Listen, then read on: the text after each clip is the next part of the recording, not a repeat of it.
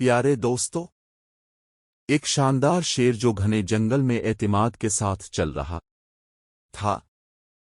شیر طاقتور، مغرور اور اپنے علاقے کا بادشاہ ہونے پر مغرور تھا۔ شیر ہلکی سی گھرج کے ساتھ اپنے علاقے کا بادشاہ ہونے کا دعویٰ کرتا ہے، اور پھر وہ ایک درخت کے نیچے کھلی جگہ میں آرام کرنے لگتا ہے کہ ایک چھوٹا تجسس بھرا چوہا گھاس میں دوڑ رہا تھا۔ وہ جڑوں اور پتھروں سے بچتا ہوا چل رہا تھا۔ وہ کھیلتا ہوا اور چکنا نظر آ رہا تھا۔ چوہا غلطی سے شیر کے راستے میں آ جاتا ہے اور شیر کے پنجے پر دوڑ کر اسے جگہ دیتا ہے۔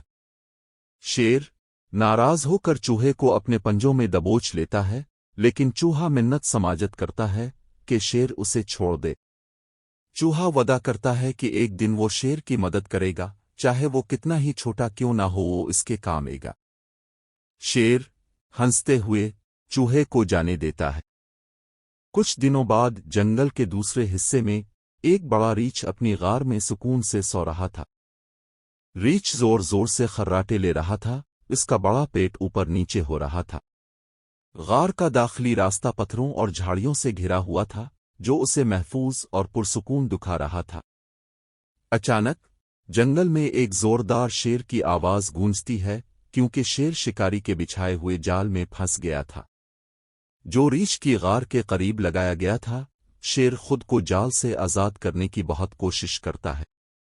وہ گرجتا ہے، تڑپتا ہے، لیکن رسیاں بہت مضبوط تھیں۔ شیر پریشان اور بے بس نظر آتا ہے۔ ریچھ اب بھی سو رہا تھا، وہ اس شور سے بے خبر تھا۔ چوہا شیر کی آواز سنتا ہے اور جلدی سے اس کی طرف بھاگتا ہے۔ چوہا اپنے تیز دانتوں سے جلدی جلدی جال کو کاٹنے لگتا ہے اور جلدی سے شیر کو آزاد کر دیتا ہے۔ شیر حیرت اور تشکر کے ساتھ چوہے کی طرف دیکھتا ہے۔ شیر چوہے کی عزت میں سر ہلاتا ہے، اس کی بہادری اور قابلیت کو تسلیم کرتا ہے، چاہے وہ چھوٹا ہی کیوں نہ ہو۔ لیکن اس نے شیر کو مشکل سے نکالا تھا۔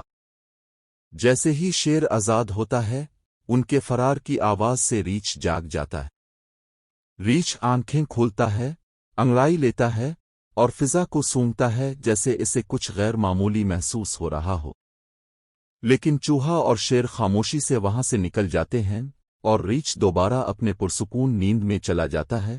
اسے پتہ بھی نہیں چلتا کہ کیا ہوا۔ شیر اور چوہا اکٹھے جنگل میں چلنے لگتے ہیں۔ آج سے وہ دونوں دوست بن جاتے ہیں۔ اس کہانی سے ہم نے سیکھا کہ سب سے چھوٹا بھی سب سے بڑے کی مدد کر سکتا ہے۔ اس طرح کی اور اچھی کہانیوں کے لیے میرے چینل کو لازمی سبسکرائب کریں۔